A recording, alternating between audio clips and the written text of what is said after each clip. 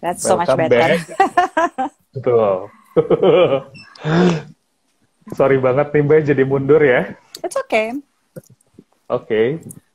Dan Mbak Zoya udah touch up banget, jujur. Gue pribadi kalah. Bener ya teman-teman? Pada komen deh, lihat Mbak Zoya tuh yang paling luar biasa perfect bagi gue. Preparation deh. Gue kebanting. Cuma pakai bedak, habis di rumah aja mau ngapain? Di rumah aja udah segitunya ya Mbak. Luar Sekali biasa. udah kangen, udah lama nggak pakai lipstik merah. Benar. Bagus sih. Biar self-esteem makin terpelihara. Right. Betul. Biar Oke, kece. bener banget. Biar kece. Selamat malam semuanya. Welcome back. Kita Subnight lagi nih bareng Mbak Zoya tentunya. Masih nuansa lebaran kita. Mohon maaf lahir batin buat semua ya. Maaf lahir batin, selamat lebaran. Selamat lebaran semuanya. Dan siap-siap mau pada balik ya, tapi pada nggak bisa katanya ke Jakarta. Udah di barikade kayaknya, udah nggak boleh. Betul. Harus bawa surat keterangan sehat. Exactly. Oke, sesuai judul kita kali ini, karena kita masih dalam kondisi PSBB, kalau di sana PSBB sampai kapan, Mbak? Pandemi ya. PSBB-nya, lockdown-nya sampai kapan di Jakarta? Tanggal berapa? Jakarta itu sampai tanggal 4, setahu aku deh, 4 Juni. Harusnya tuh tanggal 28, tapi diperpanjang sampai 4 Juni, setahu aku ya. Oke. Dan Jawa Barat kalau gue sampai salah 12 jangan Juni. dibully ya, tolong diperbaiki gitu. Karena Betul. udah blank. Seingat gue sih 28, habis itu terus kayak dimundurin lagi sampai tanggal 4, but who knows. I see. Mbak Zoya manis aja, tuh kan bener. Gue nggak salah, berarti gue nggak halu ya. Walaupun tadi baru beres nanganin pasien psikotik, gue nggak halu ya. Bener, emang Mbak Zoya luar biasa. Oke, kita tuh masih masa lockdown. Kebetulan di Jawa Barat sendiri sampai 12 Juni diperpanjang. Oh, gitu. Jangan-jangan di sini juga diperpanjang, tapi gue nggak tahu lagi. Benar. Asli udah lelah sih sebenarnya ya, karena Betul. kan kondisi ini sangat-sangat luar biasa. Kita kan makhluk sosial gitu, so it's Betul. hard for us untuk benar-benar stay di rumah aja. Kan pernah ada yang nanya, Betul. Mbak, secara kesehatan jiwa emang berapa lama sih orang bertahan di isolasi? Bilangnya nggak ada yang tahan sebenarnya. This is abnormal. Tapi kalaupun kita misalnya mengeluarkan statement gitu ya, oh yang sehat itu sekian lama, ya terus gimana?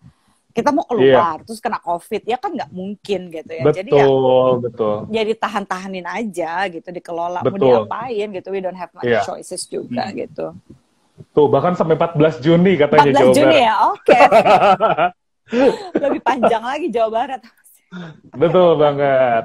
Bener kata Mbak Zoya, apalagi kita yang tinggal di Indonesia dengan budaya kelekatan gitu ya, kolektivism, kita butuh kayaknya attachment dari orang-orang, apalagi kalau biasanya pelukan ketemu orang, aduh, bener deh, ngerasa kehilangan banget ya sama teman-teman.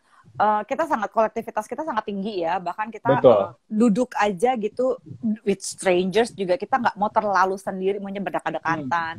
Orang tua kadang-kadang anaknya udah SMP gitu masih tidur di kamar gitu ya.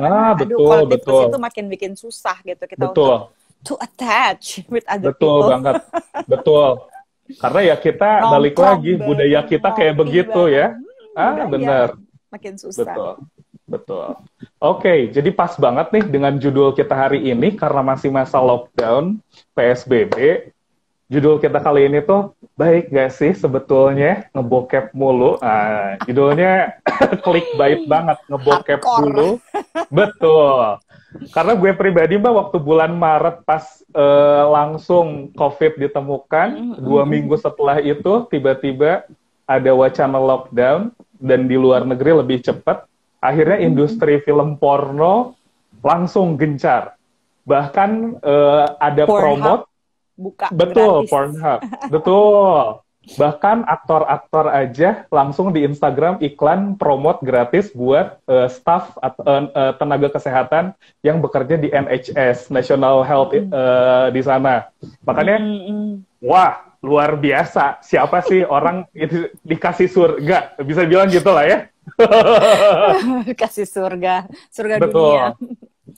Bener banget. Okay. Akhirnya ini kita angkat jadi judul gitu. Sebetulnya baik gak sih Mbak ngebokep mulu di masa pandemik nih? Berarti kalau ngebokep mulu ada yang namanya wah terus-terusan nih. Nah, Oke. Mungkin Mbak Zoya mau jelaskan dari mana dulu nih? Mungkin aku ceritanya dari pornografi tanpa pandemik dulu gitu ya, misalnya basically gitu ya, yang namanya pornografi gitu itu adalah perilaku ya, itu adalah hal yang paling tidak sehat gitu ya. Kenapa gitu ya? Walaupun Ganjar Pranowo juga nonton pornografi, tapi ya bagaimana ya Pak ya gitu. Jadi itu kan adalah hal yang ilegal pertama gitu. Jadi kenapa sih harus dipublikasikan? Kalau Bapak pun nonton ya nonton aja sendiri Pak, jangan bilang ke orang-orang, kan Bapak banyak yang ngefans. Gak usah dipublish ya. Gak usah dipublish Pak, stres kami para seks edukator ini gitu kan ya. Bahkan bikin ribet hidup kami gitu. Seks edukator pada stres gara-gara hal itu jadi tanda kutip. Gitu. Jadi kalau Anda adalah public figure gitu ya, please hati-hati dengan hal-hal yang Anda lakukan secara personal gitu. Apalagi kalau berhubungan dengan pornografi, it's not just aku biasa aja kok nonton pornografi. Ada beberapa hal. Pertama, pornografi itu membuat kita mempertanyakan kenormalan seksualitas kita. Kenapa di situ kok misalnya segini? Kenapa di situ warnanya pink kok kamu warnanya coklat sayang gitu ya. Jadi ada pembanding-pembanding seperti itu. Nah, itu membuat kita kan jadi disonan ya gitu. Ketika apa yang kita lihat dan itu terlihat nyata, jangan lupa bahwa itu hanya terjadi di film gitu ya. Long story short, saya pernah ngunjungin salah satu Vivid Industry yang waktu itu masih jaya-jayanya, sekarang kan udah nggak ngaruh gitu ya. Proses semuanya itu membuat beberapa pemain-pemain porno itu merasa menjadi sex athlete gitu. Jadi untuk mereka bisa perform dan terlihat mukanya enak dan menikmati, mereka actually harus latihan berminggu-minggu dulu, misalnya untuk memperform anal sex atau memperform yang misalnya gag gitu ya. Misalnya dia bisa kayak keselak kelamin tapi harus terlihat enak gitu padahal dia nangis-nangis gitu ya. Itu mereka harus latihan gitu dalam usaha menelan gitu ya, atau melakukan anal sex dan sebagainya. Itu semuanya acting. So mereka harus latihan gitu. Jadi itu membuat ekspektasi jadi bahaya. Dan karena masih banyak orang yang mengatakan bahwa pornografi itu adalah film dewasa gitu ya. Nah, sementara film dewasa berarti apakah kita yang dewasa ini kita boleh menontonnya? Dan apalagi banyak banget nih ini ya Mas, orang-orang eksekutif muda gitu yang ngerasa gue bayar porno sendiri, gue menikmati juga kan, gue nggak memperkosa orang, gue nggak macam-macam gitu ya, so it's okay ya. Mas Ganjar Pranowo gitulah ya, yang ganteng, punya pekerjaan oke gitu kan, nggak ganggu orang gitu ya. Hati-hati ketika Anda orang dewasa dan Anda terbiasa menikmati porno, apalagi bersama dengan pasangan gitu untuk melakukan hubungan seksual, itu bisa membajak gitu ya, menghijack itu keintiman di dalam rumah tangga. Jadi tanpa Anda sadar, ketika Anda nonton berdua dengan pasangan dan melakukan hubungan seksual, Anda mengajak orang ketiga di dalam kehidupan pernikahan Anda, terutama di atas ranjang gitu. Jadi Anda punya ekspektasi yang salah gitu ketika Anda menyaksikan film porno sebelum melakukan hubungan seksual, karena berarti hasrat seksualnya sudah tidak organik lagi gitu ya. Itu berarti sebetulnya nggak baik ya kalau orang yang suami istri nih misalnya mereka mau melakukan hubungan seksual tapi sebelumnya nonton film porno bareng dulu. Yes. Itu nggak bagus gitu ya. Yang bisa dilakukan sebenarnya ketika ada orang yang mengaku yang gini, Mbak, kan kami mencari inspirasi, kami mencari posisi hubungan seksual dan sebagainya. Buat saya gini loh, kalau mau mencari hubungan seksual sekarang udah banyak banget majalah yang bagus gitu ya, bukan yang vivid yang aneh-aneh gitu, yang menunjukkan gitu posisi-posisi yang bisa Anda coba setiap bulannya. Anda Kama bisa beli Sutra lah ya. Hati-hati, tapi kalau Kama Sutra ya suka banyak yang terintimidasi. 365 gaya, setiap hari ganti gaya, abis itu encok gitu kan ya, repot ya. Don't do that. Gitu. Catatan. Oke. Gitu. Jadi berusahalah menikmati seorganik mungkin. Lalu gimana caranya? Sebenarnya hidup itu indah loh tanpa pornografi, bukan hanya tanpa narkoba gitu, tapi tanpa pornografi. Ketika kita sudah membiasakan diri untuk terangsang secara organik dengan pasangan kita akan mudah lebih relate. Jadi kita akan lebih mudah apapun problem yang kita hadapi, kita akan lebih mudah terkoneksi dengan pasangan kita tanpa pornografi gitu. Jadi misalnya terus gimana dong? Kalau kita mau mencari inspirasi gaya, bisa kan cari di internet sekarang. Google aja posisi hubungan seksual, pasti udah banyak gambar, ya. Cobalah posisi hubungan seksual yang baru setiap bulannya. Jadi satu bulan ini gitu ya, mau mencoba posisi ini gitu dengan pasangan ya gitu. And it's healthy. Dan manfaatkanlah fantasi seksual kita gitu. Karena fantasi seksual itu tuh bagus banget gitu. Fantasi seksual itu membuat kita itu jadi kaya ya, otak kita juga bekerja dengan maksimal. Jadi kreatif gitu ya. Jadi kreatif. Dan hati-hati bagi mereka yang masih single dan sering sekali menikmati pornografi, Anda itu akan memiliki ketidakpercayaan diri yang relatif lebih besar dibandingkan orang yang tidak menonton pornografi. Karena Anda punya kepercayaan tertentu bahwa perempuan-perempuan itu segitu gampangnya dirangsang. Di kehidupan nyata, men, gak ada perempuan main dicolek langsung basah. You have to work on it. You have to put effort. Mesti ada membuat upaya lebih itu puas diranjang, nggak bisa cuma pakai gaya yang sama aja. Ada upaya lebih, ada komunikasi gitu, ada nanya kamu enaknya diapain sayang gitu. What do you want? Kamu maunya gimana? Apa yang bisa aku bikin supaya kamu lebih seksi diranjang? Nah kayak gitu itu ada usahanya. Itu tidak ada di pornografi. Nah, laki-laki sering mensalah interpretasikan gitu ya. Ketika dia terbiasa nonton porno, dia akan ngelihat cewek, terus dia lagi bergaul nih, lagi bersosialisasi. Kalau misalnya ada cewek yang genit-genit sedikit gitu ya, dia akan langsung berasumsi bahwa dia mau sama gue. Dideketin, ditolak, ngamuk. Menggoda disangkanya ya.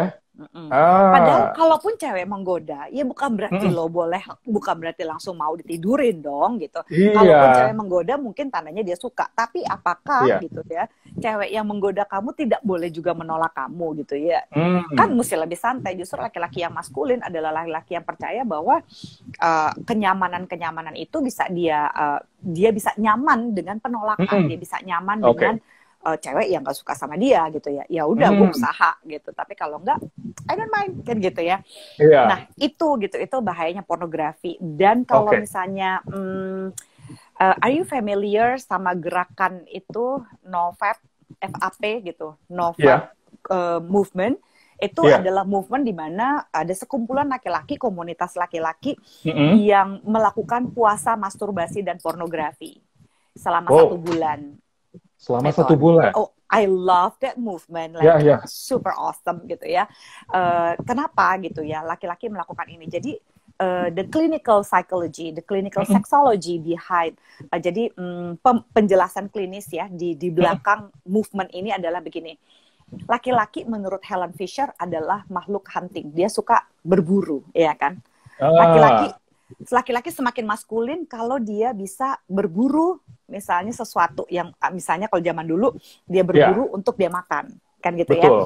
Seperti juga laki-laki sekarang yang macho, yang maskulin, pejantan tangguh gitu ya. Itu adalah laki-laki yang menikmati hunting, suka hasil berburu. Kerjanya, Jadi gini, kalau gue punya gaji sekian atas kerja gue yang begini, gue punya jenjang karir sekian dan akhirnya gue bisa mencapai titik ini, gue bener-bener ngerasa bisa jadi laki.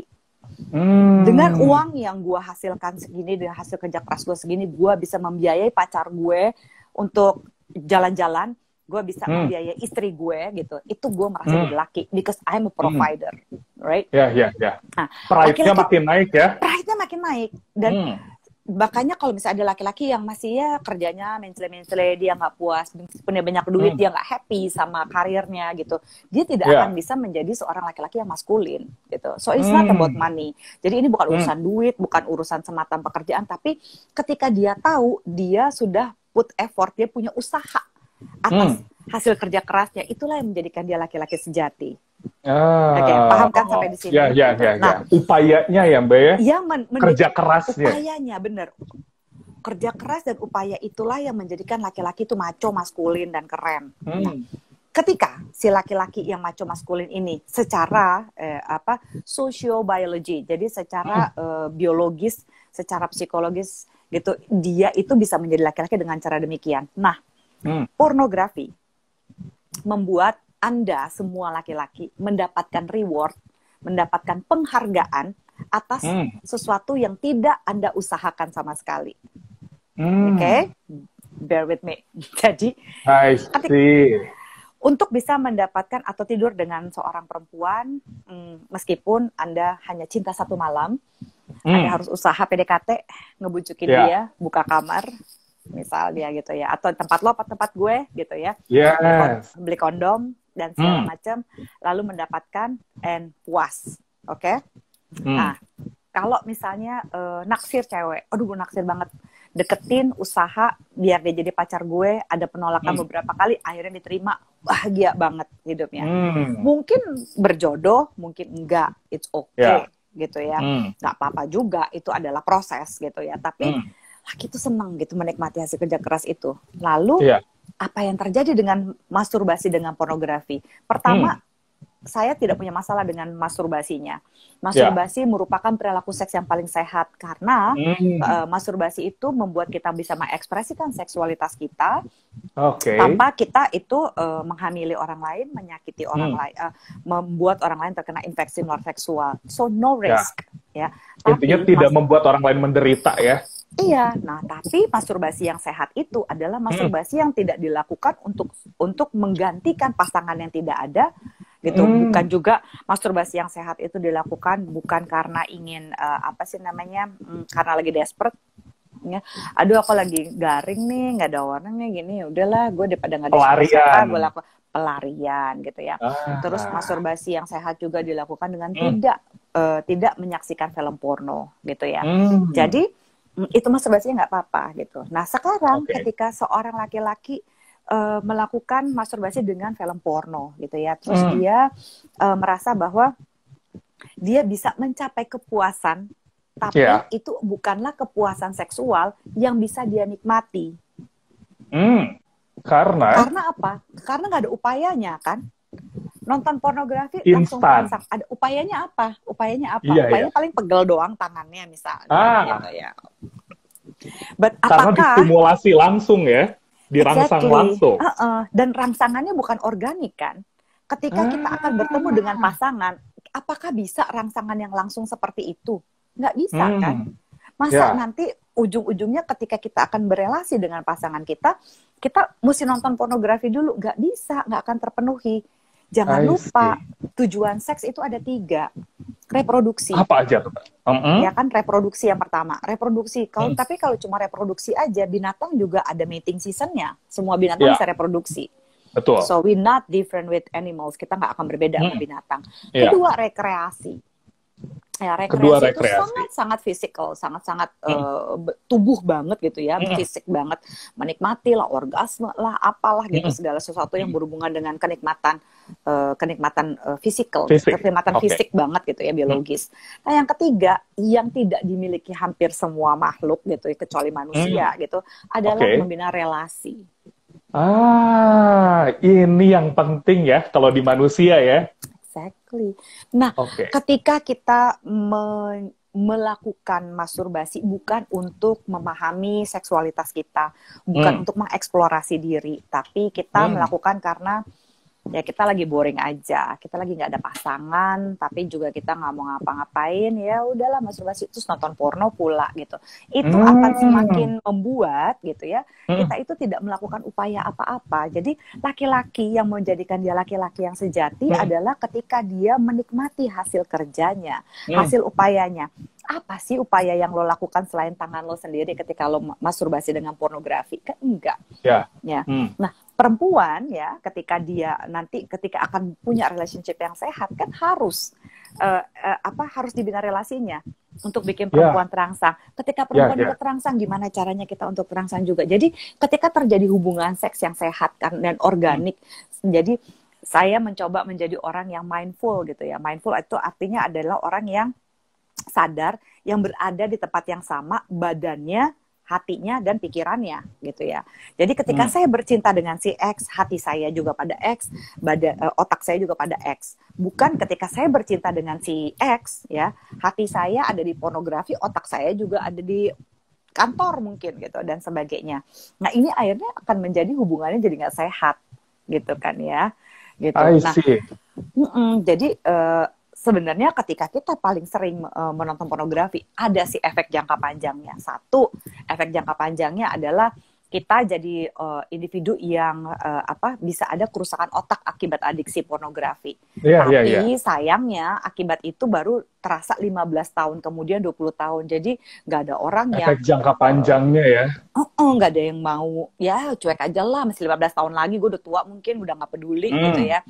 Tapi jangka pendeknya, orang-orang yang bekerja di industri kreatif gitu, atau kamu masih sekolah gitu misalnya ya, baik SMP, SMA, atau kuliah, sering nonton pornografi, kamu akan susah sekali untuk bisa berpikir secara jelas, karena udah terbiasa gitu, otaknya itu diberi pemuasan kebutuhan yang cepat gitu, dopaminnya bekerjanya begitu, dopamin yang bekerja di otak, sama seperti ketika kita ketagihan narkoba. Bahkan bisa lebih parah ya, setahu saya Mbak. Lebih parah dari narkoba ya? Lebih parah gitu. Atau yang mungkin dikenal lebih parah dari narkoba. Karena kalau misalnya kenal istilah bahasa Inggrisnya itu adalah quick gratification, artinya pemuasan kebutuhan yang cepat. Jadi apa aja yang diinginkan oleh dopamin terus diikutin. Akhirnya kita nggak punya. Jadi kita jadi kayak robot gitu. Jadi yang kita lakukan adalah bagaimana untuk membuat bergairah aja. Jadi kan kayak robot. Sementara kita maunya kita bergairah karena kita merasakan cinta. Kita bergairah karena kita ingin membina relasi. Kita bergairah karena kita senang terhadap pasangan kita gitu. Nah itu tidak akan kita dapatkan kalau kita sering nonton pornografi gitu. Ini sebelum pandemi. Sebelum pandemi ya? Sebelum pandemi. Masuklah masa pandemi. Pandemi ini adalah masa stres yang luar biasa ya. Semuanya tidak biasa. Jadi ketika mengalami perubahan baik ataupun buruk ya pasti you already know this ya, bahwa semua orang gitu ketika memasuki perubahan baik ataupun buruk akan mengalami stres. Nah tergantung kita mau merubahnya menjadi eustress atau stres yang baik, atau kita tidak mengelolanya sehingga jadi stres yang buruk gitu kan ya. Misalnya gini, naik pangkat kecepatan itu kan juga orang bisa itu loh, bisa stres ya kan, padahal meskipun dia menginginkan pangkat itu, dari miskin tiba-tiba jadi kaya, stres. Atau kebalikannya gitu, orang suka berpikir stres itu kalau misalnya ada sesuatu yang kurang dari tubuh kita, dari kebutuhan kita, padahal ketika ditambahkan ya kan dengan sesuai ekspektasi. Exactly gitu. Perubahan itu akan menyebabkan stres baik ataupun buruk. Gitu misalnya, belum pernah keluar negeri, tiba-tiba pergi keluar negeri yang ada saljunya, stres nggak? Iya sih memang excited, tapi stres dulu kan pasti. Ternyata kayak begini ya gitu keadaannya. Jadi proses penyesuaian itu pasti akan menyebabkan stres. Nah manusia-manusia yang stres ya kan gitu ya, masuk ke dalam masa pandemi, lalu ingin mencari pemuasan kebutuhan yang cepat tadi, atau yang disebut sebagai quick gratification. Dopamin sudah meronta-ronta kan gitu ya di otak bahwa, ayo kamu, aduh anxiety, aku cemas gitu. Teriakan kecemasan ini biasanya orang tuh tidak nyaman. Ketidaknyamanan ini membuat orang ingin mencari pornografi karena apa? Cepat, gampang, terasa seperti pelepasan ketegangan, tapi dia tidak paham bahwa itu akan membuat dia semakin merasa merana. Iya. Dan juga ini, teman-teman yang belum tahu dopamin, salah satunya itu kan zat kimia di otak yang buat rasa seneng ya, biar rasa nyaman. Kalau teman-teman tahu reward and punishment nih, kalau ketika dikasih hadiah seneng, dikasih hukuman, itu yang mainin dopamin tuh. Iya. Termasuk kalau kalian suka di sosial media, semakin banyak yang nge-like, lalu kalian jadi dopaminnya langsung, kayak petasan jagung di sini di otak gitu ya. Karena seneng banget, follower makin banyak. Iya, tapi ketika ada yang memusuhi, terus kita langsung, dopaminnya juga ikutan marah dan sebagainya. Tapi itu kan tidak tidak berjangka panjang. Itu adalah reaksi-reaksi jangka pendek. Dopamin itu selalu akan meminta lagi, dan lama-lama kita akhirnya dikontrol gitu oleh dopamin itu sendiri. Nah, kita harus punya value, kita harus punya harga gitu. Kita harus punya batasan. apa sih sebenarnya yang menentukan saya orang baik atau buruk? Apakah gitu ya segitu gabutnya saya kah sehingga saya harus nonton porno gitu? Apakah tidak ada cara lain untuk saya melepaskan ketegangan saya gitu ya? Iya. Makankah, apakah gitu kan? Sekarang gimana cara mencari cara yang secara jangka panjang itu tidak juga akan merusak saya. Makan terus juga kalau misalnya nggak ada olahraga dan segala macamnya, kan juga kita jadi terpapar. Kan? Kita obesitas, terpapar COVID dan sebagainya, so nggak bagus juga gitu. Jadi hati-hati gitu. Ketika Pornhub itu dibebasin, saya sih langsung nervous gitu ya. Begitu saya tahu itu, oh my god, it's akan sangat susah gitu ya untuk bisa merubah paradigma ini. Tapi ya saya harus sampaikan bahwa itu pilihan Anda loh. Nanti begitu Anda udah bekerja di rumah dalam kondisi stres, Anda menambah masalah ya dengan cara membuat diri Anda itu terpapar oleh pornografi, akhirnya kreativitas Anda akan mentok. Nah, pada saat yang paling genting ini ya, terutama pada masa pandemi, dibutuhkan kreativitas untuk bisa survive pada new normal. Seperti apa new normal nggak tahu, kita lagi berusaha. Adaptasinya sekarang. Mesti gimana nih? Adaptasinya kita kan mesti mencari yang terbaik dulu buat diri kita. Betul. So pertama-tama gitu ya, kalau mau masturbasi silahkan, tapi lakukan dengan cara yang sehat. Jangan sambil menonton pornografi ya. Ketika ini ya, semoga amit-amit ya, semoga belum sampai ke titik ini. Tapi ada beberapa orang yang sudah sampai di satu titik di mana dia nonton pornografi terus, dia tidak memperkosa orang, terus tahu-tahu ketika nonton mati rasa. Numbness, kayaknya yang it's so tired gitu ya. Itu. Dan itulah yang menjadi salah satu bahan tulisan saya di Jakarta Post ya, kira-kira seminggu lalu gitu ya. 2 minggu lalu saya memuat itu di Jakarta Post gitu. Jadi saya katakan bahwa ada banyak dilaporkan orang sudah mulai muak nonton pornografi, gratis dan sebagainya. Tapi ketika baik yang single maupun yang sudah berumah tangga merasa, iya memang gratis ya, aku bisa akses gitu ya. Tapi abis itu tiba-tiba mereka merasa kehilangan cinta, merasa kehilangan keintiman, mereka merasa sendiri dan mereka merasa tidak menarik gitu ya. Dan akhirnya seperti mual gitu ya terhadap seksualitas. Si film porno itu. Kita kan nggak mau itu terjadi pada Anda semua gitu. Betul. Ketika Anda boleh nonton film porno, apalagi Anda sudah dewasa, usia Anda di atas 21 tahun gitu. Kenapa? 21 tahun itu adalah kemampuan di mana otak depan Anda itu sudah bisa berfungsi sempurna gitu ya. Prefrontal cortex itu sudah tumbuh sempurna. Itu sebabnya usia 21 boleh minum minuman keras, ada pas segala macam karena dianggap Anda sudah mampu membuat keputusan yang bijaksana gitu. But ketika Anda menyaksikan film porno, sekali lagi bijaksana itu bukan cuma hanya pemberian otak, tapi juga adalah hasil keputusan gitu. Apa yang bisa dilakukan untuk berhenti film porno? Memutuskan untuk berhenti menonton film porno. As simple as that. Gitu. Jadi dan ada di dalam diri orangnya ya. Emosi. Iya gitu. Nggak bisa ini sama kayak narkoba. Kamu yang harus membuat keputusan. Ada orang yang bilang gini, aduh Mbak, saya udah berhasil nih Mbak berhenti masturbasi. Saya bilang enggak. Bagi mereka-mereka yang adiksi pornografi gitu, saya memuat beberapa video di YouTube saya mengenai pornografi dan sebagainya, itu boleh deh ditonton gitu ya. Tadi juga ada yang bertanya mengenai seksualitas, ukuran penis dan segala macam. Silakan nonton di YouTube saya dulu, itu ada di Ztips ya. Tapi di sini konteksnya saya akan berbicara mengenai pornografi dan pandemik gitu. Dan Mbak Zoya lengkap banget itu YouTube-nya, teman-teman. Mbak Zoya lengkap banget itu YouTube-nya kalau yang udah pada nonton. I'll do my Karena gue pribadi belajar seksualitas dari Mbak Zoya. Ya gitu. Jadi aku benar-benar berusaha untuk meyakinkan teman-teman yang ada di sini keputusan ada pada kalian semua gitu. Saya juga udah nggak bisa membantu, kami mungkin para petugas kesehatan jiwa juga udah nggak bisa membantu kalau sampai di titik dimana kamu udah udah mual ketika nonton gitu.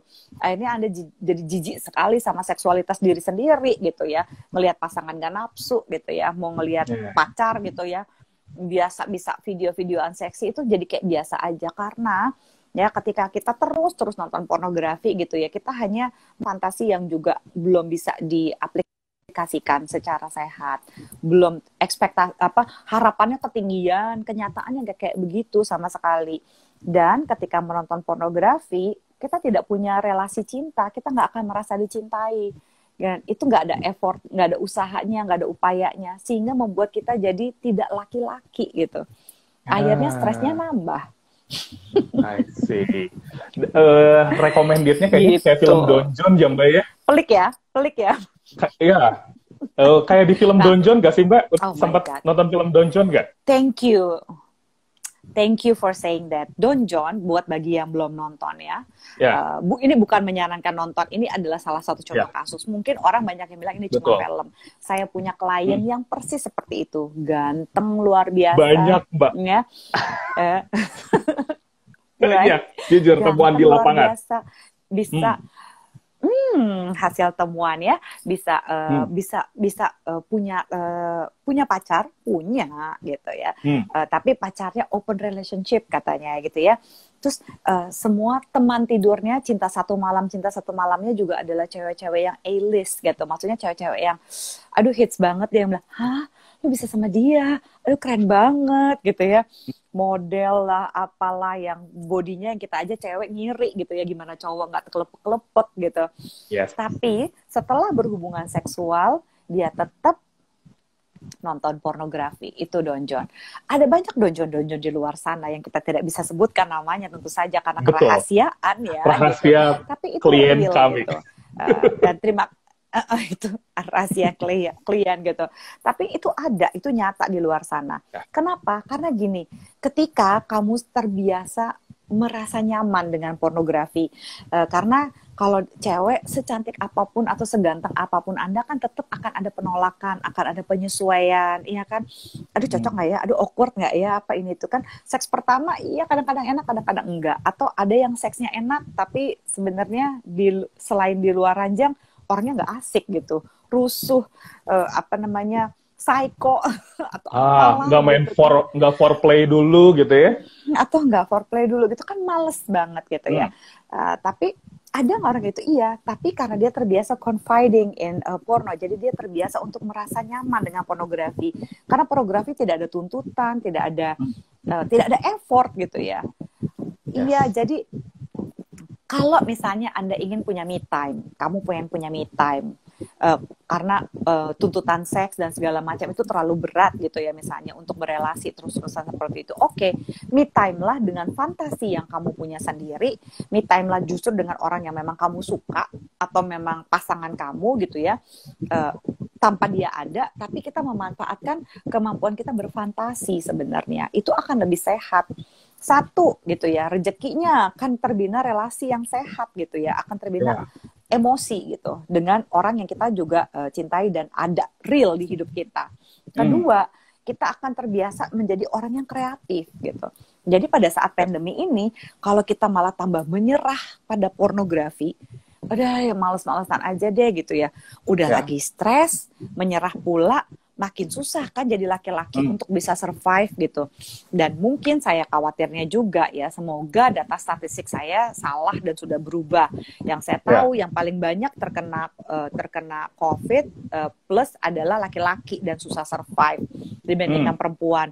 Bukan saja karena perempuan memiliki estrogen yang membuat dia lebih relatif bertahan, tapi juga mungkin kalau misalnya Anda banyak sekali menonton pornografi, Anda juga jadi nggak lebih energi Anda kan juga jadi berkurang. Betul. Dan nggak effortful, nggak dilatih terus ya. Nggak effort gitu. Jadi kita nggak kreatif. Padahal di saat ini kita perlu banget kreatif kan di saat pandemi. Betul. Ini. Survive kan dituntut buat kreatif. Right, kita harus berubah gitu paradigma itu. Dan jangan salah pada saat sekarang ini ketika lagi saya ingat gerakan NoFap ini ya, NoFap movement ini ketika setelah mungkin nanti 1 boleh bulan, di-share ya Mbak ya, di gerakan NoFap itu biar kami share juga. Oke. Sure. Jadi setelah 1 bulan mereka tidak melakukan masturbasi dengan pornografi, energi mereka lebih tinggi. energi mereka lebih tinggi, kreativitas mereka lebih tinggi, dan mereka lebih mampu berelasi menjadi laki-laki yang baik buat perempuan yang lagi ditaksir sama mereka. Kencan mereka lebih berhasil gitu, mereka lebih percaya diri gitu. So, mau nggak sih kita kehilangan ini semua, terutama pada saat masa pandemi ini? I see. Malah jadi berupaya lebih buat gimana sih caranya buat romantis ke pasangan, manjain pasangan, bahkan buat kreatif foreplay sama pasangan, itu jadi lebih bagus lagi. Iya sih, benar kata Mbak Zoya. Bahkan bisa jadi saya mikirnya gini, bisa jadi kemampuan dan keterampilan kreativitas seseorang menjadi berkurang makin ke sini, kita bisa dievaluasi. Dia suka ngebokep apa enggak? Exactly. Biasanya kerasannya apa di tempat pekerjaan, apalagi mereka yang kerjanya industri kreatif gitu. Atau misalnya kalau sekolahnya SMK, kejuruan dan sebagainya gitu ya, tuh sering nonton bokep. Terus tiba-tiba dia akan stuck gitu ya terhadap kemampuan yang dia sehari-hari jago banget sebenarnya gitu.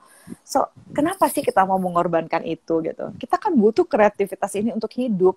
Bukan cuma untuk bertahan hidup ya, untuk mencari nafkah, tapi juga untuk menikmati hidup loh.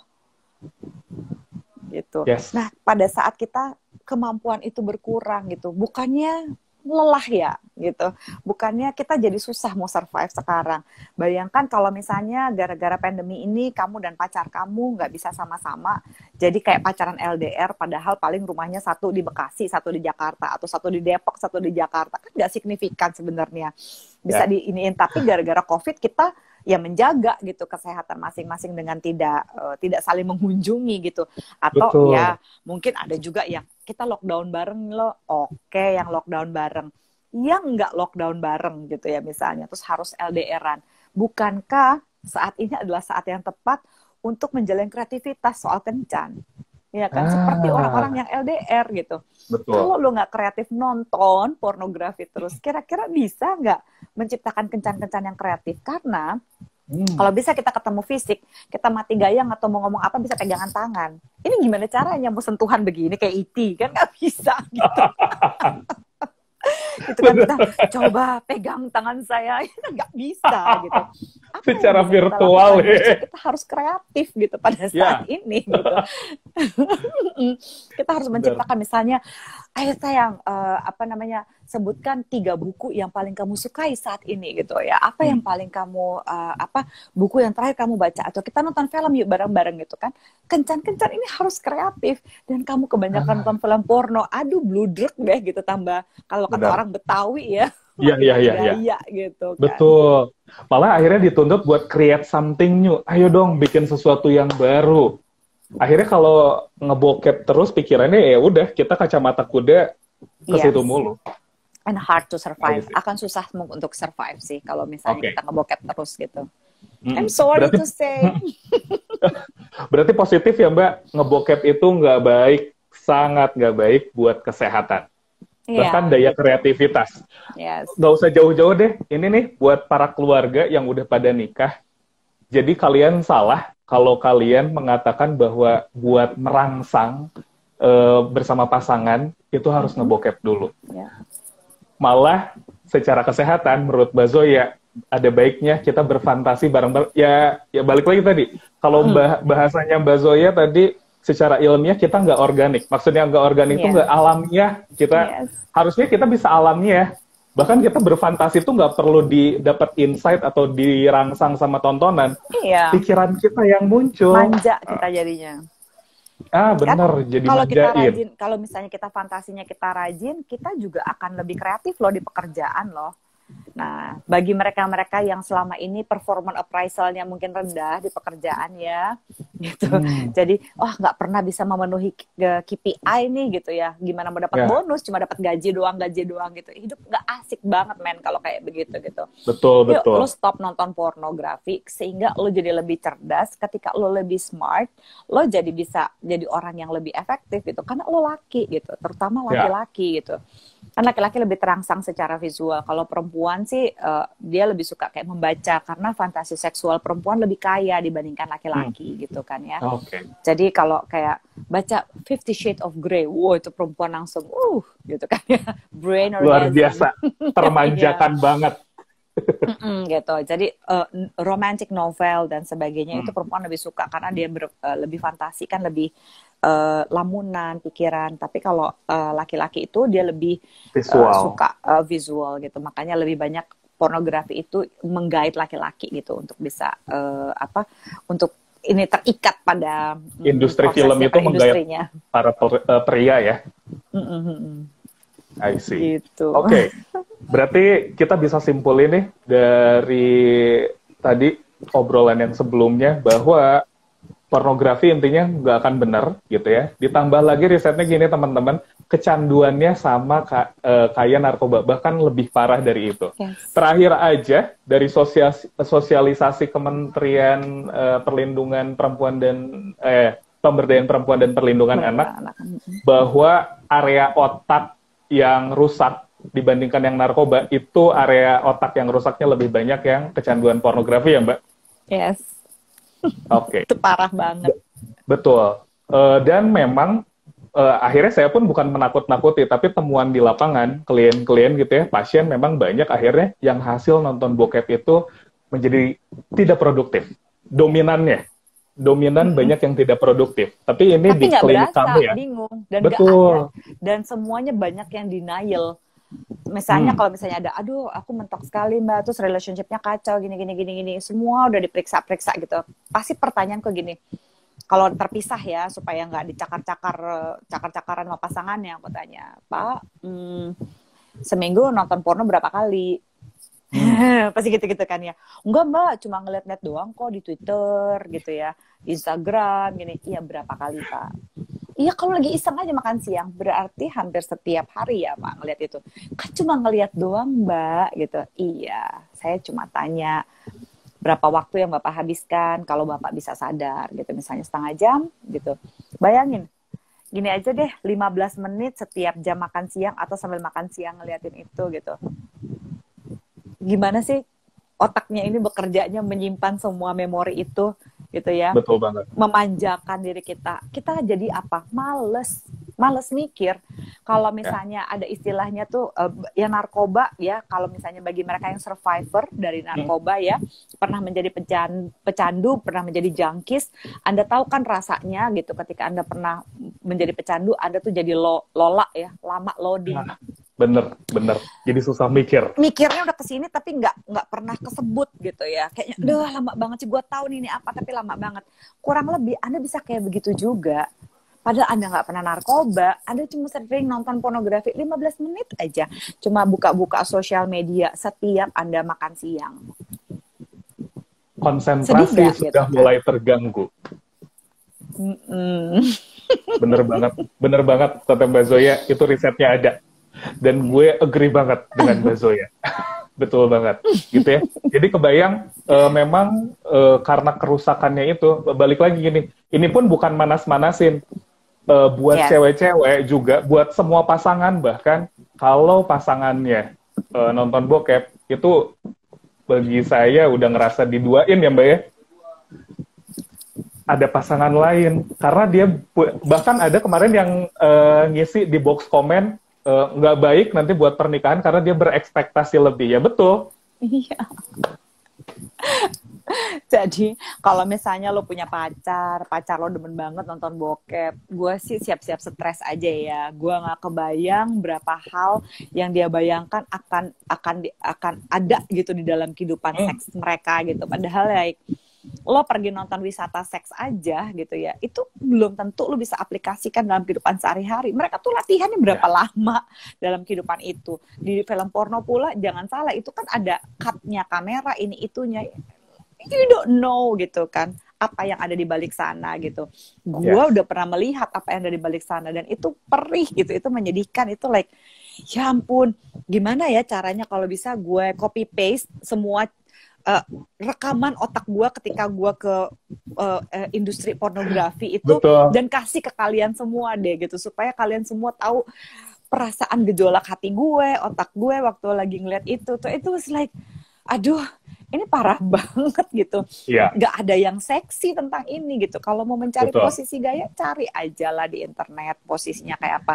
Coba ketika kita bercandaan sama pasangan kita senang-senang, itu seru loh gitu, tanpa pornografi. Betul sekali. Buka YouTube-nya Mbak Zoya Amirin, buka website-nya Mbak Zoya Amirin. Dah, itu komplit bagi gue. Yang nyari posisi ada. Yang tadi banyak nanya ya. Sorry gue jadi tutup, karena banyak pertanyaannya juga yang sebetulnya udah dijawab. Kalau teman-teman semua subscribe YouTube-nya Mbak Zoya Amirin, itu udah komplit banget. Itu jelas. Bahkan yang nanya soal impoten, faktor psikologis apa aja, gimana biasa bikin berdiri, semua udah ada teman-teman. Mau berdiri, mau mau lama durasinya, ukuran yang sehat gitu, ada semua kok di sana. Tapi ini harus dibahas karena ini belum ada di YouTube. Betul. Nah, Mbak Zoya, akhirnya kita mau ngomongin gimana sih cara mengelola nih teman-teman yang konkret deh, tips and trick yang konkret buat teman-teman yang di rumah, yang istilahnya hasrat seksualnya luar biasa, nggak bisa ditahan, apa yang bisa dilakukan? Oke. Jangan ditahan. Hasrat seksual itu kalau karena kalau ketika kita bilang ditahan, otak ini akan langsung ingin melakukan sesuatu untuk melawan itu. Ya, kita itu manusia normal loh, kita makhluk seksual, kita akan terangsang, kita akan bergairah, laki-laki ataupun perempuan. Kebutuhan dasar ya Mbak ya? Kebutuhan dasar gitu kan ya. Makan, minum, dan seks menurut Abraham Maslow adalah kebutuhan dasar manusia gitu. Jadi kita adalah makhluk seksual, kita nggak akan bisa nahannya. Yang bisa kita lakukan adalah misalnya mengelolanya itu. Caranya gimana mengelolanya? Ketika kamu punya hasrat seksual terhadap perempuan yang seksi atau perempuan yang tertutup, kan macam-macam ya orangnya gitu. Ya. Atau ketika kamu ngerasa, aduh aku nih horny banget ya gitu. Aku pengen nonton deh, pengen ini deh, itu deh. Tarik napas. Tarik napas, lalu bilang sama diri kamu sendiri bahwa gini, gue tuh normal loh ngerasa nafsu. Gue tuh pasti akan terangsang loh gitu ya. Nah, kira-kira gitu ya, ketika gue merasa terangsang begini, pertama, gue punya pacar apa enggak? Ya kan? Nah, gue lagi nafsu apa enggak gitu ya. Kalau misalnya gue nggak punya pacar, tapi gue lagi nafsu gini nih, gimana ya? Nggak apa-apa lah, gue akan baik-baik aja kok. Ya kan? Kalaupun gitu, oke. Gue mau mengeksplorasi tubuh gue. Yang penting ya, ketika gue mau masturbasi, gue tidak mencoba misalnya harusnya gue kerja, harusnya gue melakukan ini, tapi gue malah masturbasi. Enggak, gue pengen masturbasi karena gue mau mengeksplor seksualitas gue. Gue mau senang-senang, gue mau melakukan me time. Oke, gitu, lakukan dari aja. Niatnya dulu ya, dari yang dibenerin. Niatnya dulu. Jadi kita emang mesti sadarin banget niat itu. Dan kalau misalnya bagi kamu yang bener-bener gitu ya, ngerasa gini, tanpa masturbasi hidup tuh bisa nggak? Bisa, karena kamu akan mimpi basah. Itu otomatis, itu udah ada pengeluarannya. Tuhan tuh baik, nggak mungkin dia menciptakan hasrat seksual tanpa ada cara mengekspresikannya. So jangan khawatir. Banyak juga laki-laki suka bokis ya gitu, terus bilang begini, ya Mbak, nanti kalau misalnya darah putihnya kalau tidak dikeluarin sih, kan ada yang gitu ya. Kalau nggak darah putihnya dikeluarin nanti sakit. Nanti kalau misalnya nggak sering ejakulasi atau nggak sering masturbasi, nanti kena apa tuh namanya, kanker prostat gitu ya. Ini loh ya, yang namanya sperma itu kayak darah gitu ya. Darah kan kalau nggak disumbangin ke PMI gitu misalnya kan tidak akan membuat kita jadi kanker darah kan gitu. Tapi ketika darah yang disumbangkan akan bereproduksi lagi sehingga jadi sehat darahnya. Nah, sperma juga begitu sebenarnya, ketika dikeluarkan gitu ya, dia akan bereproduksi lagi, which is good. Tapi kalau misalnya dia nggak keluar juga, nggak reproduksi, kan juga nggak kayak darah, nggak jadi busuk kan gitu. So don't worry, jangan khawatir gitu. Itu mitos ya, mitos. Itu mitos. Nah, ketika kita berusaha meyakinkan diri kita, nggak bisa, pokoknya harus dilampiaskan. Itulah yang akan membuat hidup kamu jadi complicated. Aku aja bahwa gue laki, gue nafsu, gimana ya? Gue pasti nafsu, ya udahlah, nggak apa-apa lah, anteng aja gitu kan ya. Bahwa ya, ntar juga gue paling mimpi basah gitu. Jadi cool down diri sendiri aja dengan bilang, oh ya aku memang lagi nafsu dan it's okay gitu. Aku mau masturbasi karena aku pengen masturbasi, aku pengen me time gitu, ya udah gitu. Nah terus kalau misalnya apalagi bisa dilakukan, ngelamun jorok boleh nggak? Boleh banget. It's so much better. Berfantasilah gitu. Misalnya apa fantasinya? Aku akan menjadi sutradara film porno buatanku sendiri, misalnya ya. Apa apa yang akan aku bikin di film itu? Ya udah, ketika kamu ngelamun gini, menurut kamu nggak puas, kamu akan lebih puas, kamu lebih kreatif, kamu nggak jadi pemalas. Bahkan bisa dibikin tulisan ya, Mbak ya? Iya, cuma jangan jadi itu Nick Carter atau Annie Arrow ya, zaman dulu ya. Stensilan zaman gue banget. Konsumsi pribadi. Konsumsi pribadi. Bisa jadi konsumsi pribadi gitu ya. Yeah. Kalau misalnya, kalau yang udah berpasangan ya, ketika udah saat hasratnya lagi tinggi dan pengen lebih punya playful gitu, permainan-permainan yang lucu, yang seru dengan pasangan, bisa juga sayang, kalau kita berdua bisa memproduksi film porno, bintangnya aku dan kamu, kita mau ngapain? Itu juga seru kan? Gitu. Itu lebih organik. Ini insight banget sih, dari Mbak Zoya. Nih, buat teman-teman yang udah pada nikah berpasangan, ini insight banget. Daripada nonton film porno ya. Benar. Jadi bikin film bareng. Porno, mendingan bikin film bareng aja. Jadi bukan bikin film beneran ya, tapi merancang skenario film porno buatan kita sendiri.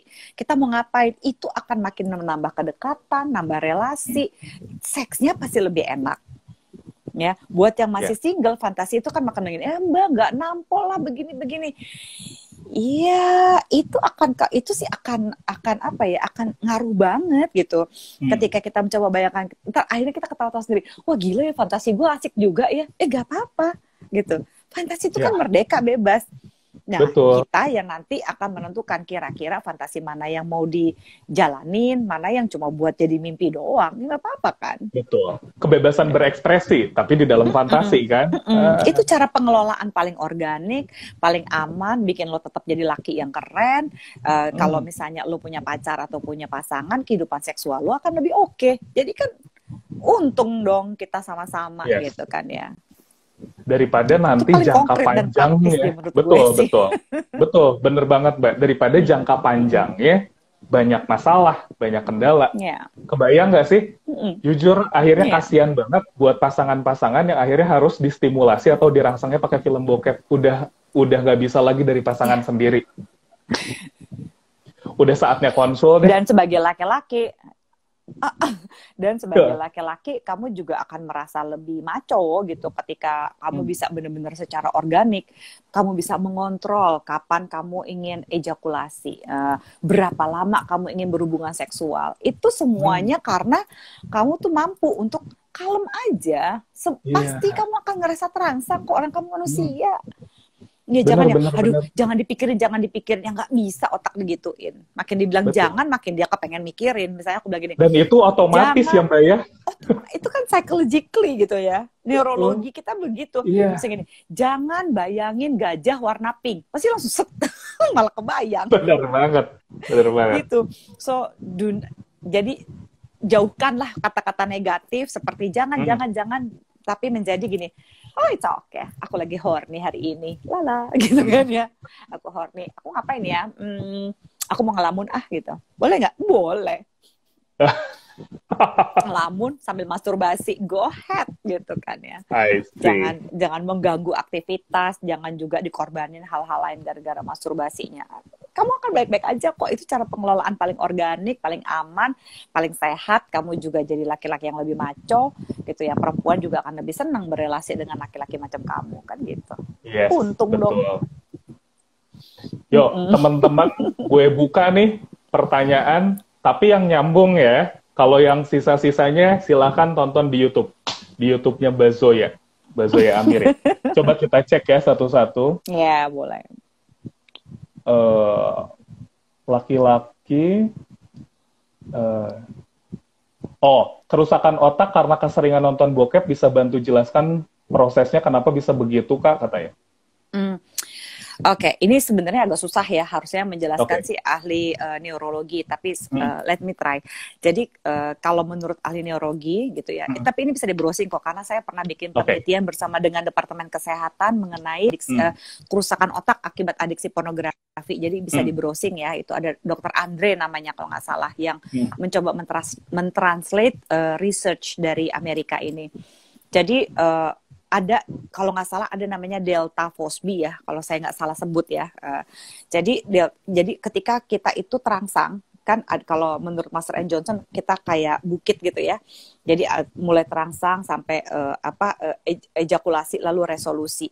Nah, ini kan semua ada prosesnya pelan-pelan. Mulai nafsu bergairah, terus akhirnya udah mulai intens gitu ya, terus akhirnya orgasme, terus akhirnya kita turun pelan-pelan. Proses ini yang membuat kita lebih manusia. Ya, membuat kita bisa menikmati oksitosin yang dirasakan dari hubungan seks yang berkualitas. Tapi ketika kita hormon kebahagiaan ya, hormon kebahagiaan, ketika kita pelukan, kita bercinta gitu ya, itu ada hatinya gitu ya, ikut hatinya. Tapi ketika kita menyaksikan pornografi, otak itu yang harusnya memprosesnya seperti bukit begini, dia akan jadi set gitu, kayak naik turun gitu. Itu mendadak bikin chaos. Jadi bikin chaos. Kira-kira apa ya? Otak itu kan ada neuron ya, gitu. Neuronnya itu jadi kacau. Sel saraf yang kecil-kecil itu. Sel saraf yang kecil-kecil yang menyambungkan antara emosi kita dengan pengalaman kita gitu ya, yang membuat memori ini bermakna. Lalu dari memori jangka pendek, ingatan jangka pendek jadi masuk ke ingatan jangka panjang. Kalau yang sering nonton film Inside Out tuh, nah kayak gitu tuh memorinya itu kayaknya diproses gitu ya. Nah, karena perasaan butuh proses, cinta butuh proses, seks butuh proses untuk bisa menjadi yang berkualitas, disimpan di otak jangka panjang gitu ya. Ini kan tidak ada prosesnya, itu di skip prosesnya. Nah, skip proses ini akan lama-lama membuat salah satu syaraf otak itu tidak berfungsi, sehingga di satu titik nanti 15-20 tahun kemudian kamu itu akan imun sekali gitu tubuhnya. Jadi disentuh pun kamu nggak bisa merasakan rangsangan apa-apa. Numb itu. Apa sih bahasa Indonesianya numb tuh ya? Jadi resisten gitu ya? Resisten, jadi nggak peka gitu kan. Jadi baal, jadi kebal. Aduh, kebayang. Kan? Teman-teman jadi nggak sensitif, nggak peka sama yang namanya rangsangan seksual. Karena kan rangsangan kan kita butuh oksitosin, tapi karena oksitosinnya di skip dulu, oksitosinnya ngambek. Jadi kita pelukan pun kita nggak bisa ngerasain enaknya sentuhan gitu. Betul. Temporer apa permanen tuh Mbak katanya? Oh, permanen kalau udah kayak gitu. Makanya waktu itu dilakukan penelitian karena belum ada operasi otak yang bisa mengembalikan kondisi itu, karena kondisi itu dilakukan berulang-ulang oleh orang yang menonton pornografi gitu. Jadi susah ya gitu. Jadi makanya banyak orang yang bilang, alah masih 20 tahun lagi Mbak, masih lama. Iya, kalau itu terjadi, kamu nggak bisa ini loh, kamu nggak bisa apa-apain tuh otak gitu, mau gimana. Yes, betul. Gitu. Terus ini ada yang nanya katanya kalau terlalu sering nonton bokep bikin kemampuan kognitif kita menurun. Tadi salah satunya, Mbak Zoya udah menjawab bahwa kita akhirnya jadi lola, daya konsentrasi, teman-teman terganggu. Tadi jadi nggak produktif, itu mempengaruhi otak kreativitas kita ya. Daya kreativitas keganggu, itu kan daya kreativitas manusia tuh punya anugerah, itu salah satunya. Dan kata Mbak Zoya itu jadi tumpul, kebayang nggak? Jadi mendingan ngelamun jorok deh, nggak apa-apa deh. Tuh, mending ngelamun jorok. Lebih organik, gitu ya. Oke, kita cek lagi. Ada mau nanya apa lagi nih, teman-teman? Kalau yang sisa-sisanya cek YouTube-nya Mbak Zoya itu udah komplit banget. Cara menghilangkannya tadi yang cepat udah ada ya, saya udah kasih, tapi yang cara menghilangkannya yang bertahap itu ada di YouTube saya, ada 3 seri videonya di Z-Tips. Coba lihat di situ aja deh. Diikutin selama 21 hari. Banyak kok yang udah kecanduan pornografi tuh berhenti gara-gara mencontoh di YouTube saya itu gitu. Pasti baik-baik aja. Bisa. Nah, ini katanya niatkan. Niatkan, betul. Laki-laki kerap mengeluhkan pasangannya kurang aktif dan responsif berhubungan, sehingga dijadikan alasan untuk lari ke pornografi dan cari orang lain. Nah, itu tuh. Dan itu udah dibahas juga di YouTube. Kan kalau misalnya gini, pasangan kan pasti ada kekurangannya gitu ya.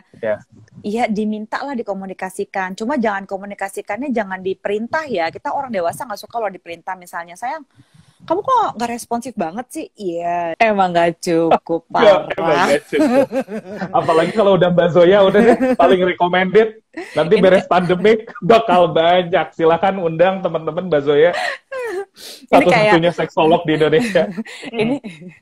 ini kayak ini tau nggak, kayak coitus interruptus tau nggak? Keputus tiba-tiba gitu kan ya, masih kentang. Aduh, sumpah bener, ini kentang banget sih. Tadi udah lagi enak nih, aduh, ada aja. Ini Instagram nggak sopan, ini nggak sopan. Iya, dia cuma sejam aja nggak tahu diri, udah tahu orang lagi nafsu-nafsunya. Bener. Tadi lanjut, Mbak, gimana? Tadi ngobrol sama pasangan. Oke, jadi ngobrol sama pasangan itu yang asertif gitulah. Jadi kita kan sering gini, kamu kasih tahu apa yang kita mau, bukan apa yang kita tidak mau. Kita kan sering berkomunikasi dengan cara yang negatif gitu, misalnya yang kamu kok nggak pernah megang aku lagi sih yang gitu ya, kamu kok udah jarang minta aku lagi sih untuk ML gitu. Itu akan membuat orang defensif. Nah, yang asertif itu adalah mengatakan apa yang kita inginkan gitu, misalnya dengan cara yang aku senang deh kalau jalan digandeng tangannya sama kamu. Aku senang deh, ingat nggak minggu lalu waktu kita bercinta, kamu tuh seksi banget ya waktu posisinya seperti ini gitu. Itu akan diulang gitu. Karena itu kita memberikan positive reinforcement, ya kan, kalau secara psikologi itu berarti kita memberikan penguatan terhadap hal-hal yang kita inginkan terjadi. Nggak ada orang dewasa manapun yang ingin disuruh-suruh sama pasangannya. Emangnya kita anak tolol, emangnya kita anak kecil, males kan? Betul gitu banget. Iya kan, dan meskipun pasangannya misalnya, kamu kayak gedebong pisang, yang dengan ngatain pasangan kayak gitu, kamu nggak akan dapat seks yang enak, yang ada kamu malah dapat lemparan bantal, keluar aja loh gitu kan ya. Bener, gitu. Lo dibully itu. Dibully gitu. Jadi kalau ingin mendapatkan seks yang enak, cobalah dengan mengatakan apa yang kamu inginkan gitu ya. Misalnya jangan bilang, yang aku tuh nggak suka warna biru. Lah, selain warna biru ada berapa ratus warna di luar sana. Katakan apa yang kamu inginkan dan bagaimana mencapai keinginan itu, bagaimana membahagiakan kamu gitu. Katakan itu pada pasangan. Jadi yang kalau kamu geraknya agak begini sedikit, asik deh ya gitu. Atau enggak gini, aku misalnya buat yang tadi ya yang bilang bahwa sama pasangan itu pasangannya ini sih gitu, malah nonton bokep, kayaknya lo nggak laki banget deh men. Kan masa lo nyalahin pasangan gitu, terus begitu lo nonton bokep gitu, itu nggak membenarkan lo juga nonton bokep gitu. Lo mau nyalahin pasangan, tapi kan lo yang rugi ketika lo nonton bokep. Lo yang ngerusak diri lo sendiri, lo makin menjadi laki yang nggak oke. Tapi kalau emang lo bener-bener laki, pasangan lo kayak gedebong pisang, ya pasangan lo nggak asik, tukang ngambek dan sebagainya, apa yang bisa lo lakukan? Yang kalau kamu lagi nggak ngambek, kamu tuh oke banget deh. Aku senang deh kalau kamu ketawa-tawa. Aku senang kalau lagi jalan-jalan berdua sama kamu. Kalau aku pegang tangan kamu sambil jalan, kamu akan lebih sayang nggak sama aku? Ya kan? Kalau misalnya kita mau bercinta, sekali lagi pakai gaya kamu atau mau pakai gaya aku, apa yang bisa aku lakukan ya yang supaya kamu bahagia, apa yang bisa aku lakukan supaya kamu merasa seksi yang diranjang gitu. Jadi jangan bilang, jangan nyalahin pasangan, men, kita bukan anak 15 tahun juga kan gitu, yang ya udah gue begini habisnya lu begitu sih, nggak bisa begitu, kita nggak bisa saling nyalahin akhirnya, nggak boleh. Kalau lu udah 18 tahun ke atas, come on lah, own it gitu ya. Dia pengen nonton pornografi, lu nyalahin pasangan lo yang nggak perform dan sebagainya.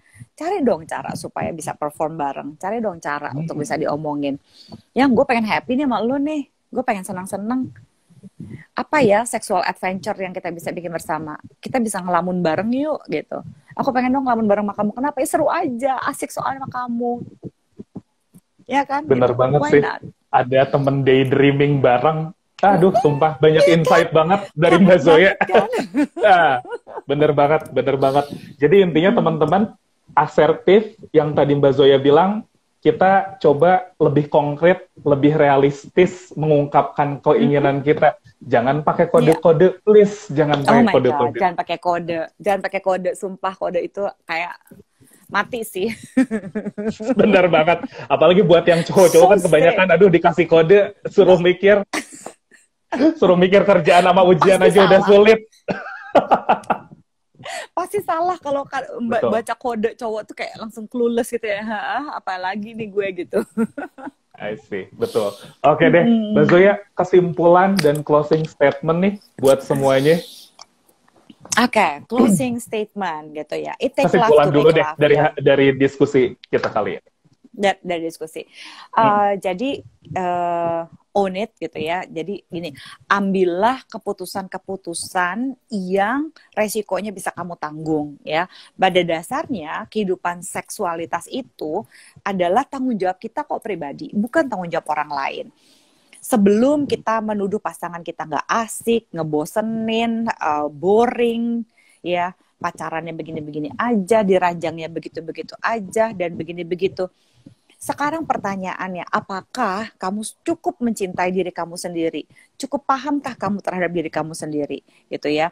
Jadi tidak akan semudah itu memang memahami diri sendiri. Jadi kalau memang kamu butuh proses gitu ya, kamu bisa berproses bersama dengan pasangan kamu gitu. Dan untuk memilih segala sesuatu yang berhubungan dengan kesehatan seksual, pilihlah yang berdampak jangka panjangnya itu baik buat kamu. Ya, karena seorang laki-laki yang bisa menerima kelaki-lakiannya dan bisa menjadi maskulin gitu, itu adalah laki-laki yang benar-benar menggunakan energi maskulinnya, yaitu membuat keputusan, ya kan, menjadi provider, menjadi pelindung bagi perempuan yang dicintai. Perempuan yang akan bahagia dengan kehidupan seksualnya dan dirinya adalah perempuan yang menggunakan energi feminin. Energi feminin itu mengekspresikan perasaannya. Jadi mean what you say what you mean. Katakan apa yang kamu inginkan, dan apa yang kamu maksudkan, dan bermaksudlah dengan yang kamu katakan. Ini akan membantu kamu untuk tidak salah baca, jangan ngasih kode, jangan memberikan emotional blackmail gitu ya. Tapi katakanlah apa yang ingin kamu ungkapkan, karena kesetaraan gender di dalam relationship ini gitu ya akan membantu kamu, pasangan kamu juga sama-sama bahagia. Kenapa enggak? Betul. Gitu. Pasti daripada bisa saling gitu. egois ya. Jadi ambillah keputusan. Jadi jangan pernah gini, kalau lu mau nonton bokep ya udah lu ngaku aja, ya gue mau nonton bokep, abis gue nggak tahu mau ngapain sih. Jangan pernah bilang ya abis pasangan gue kayak begini sih. Lu nggak nyelesain masalah, lu bukan laki. Ayo transparan, gitu. ayo transparan. Ayo transparan, dan lu akan jadi kepala keluarga, lu akan memimpin sebuah keluarga. Kalau muslim lu akan jadi imam di dalam keluarga, ya kan? Gitu. Banget. Nah, betul. Seorang pemimpin, apa sih dilakukan seorang pemimpin ketika anggotanya ada yang tidak aktif? Dia kan pasti akan mungkin berdiskusi, cari jalan keluar. Itu laki yang keren banget. Ayo gitu. Negosiasi. Top. Pinter banget deh. Suka banget. Closing statement terakhir, saran buat semua Mbak. Saran buat semua dari ngebokep ini. Ya. Asertif. Dari ngebokep ini, pertama sih gunakan selalu komunikasi asertif, karena asertif it means you stand for your right without hurting others. Kamu mendapatkan apa yang menjadi hak kamu, hak kebahagiaan seksual kamu tanpa menyakiti orang lain.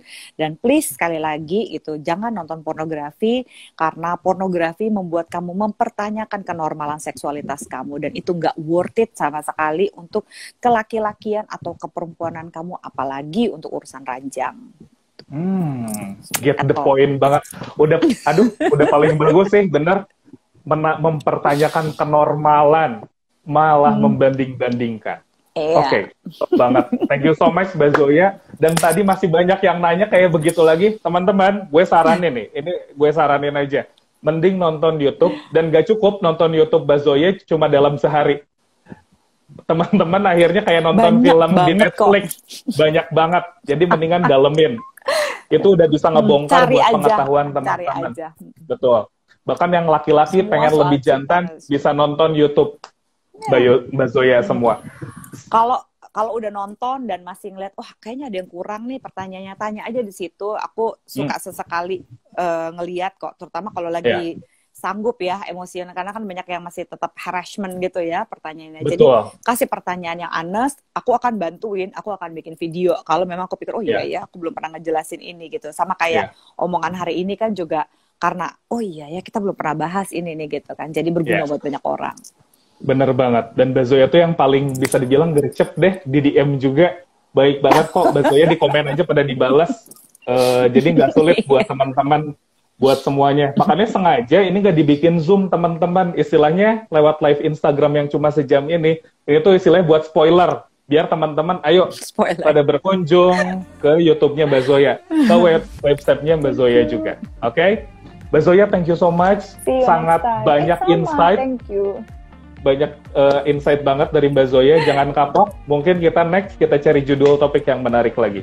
Buat kasih spoiler ke teman-teman. Siap. Thank you ya Mbak. Keep safety, keep healthy, selalu dalam lindungan Tuhan buat Mbak Zoya. Amin, amin. Sampai ketemu nanti. Ya, sehat terus Mbak. Bye.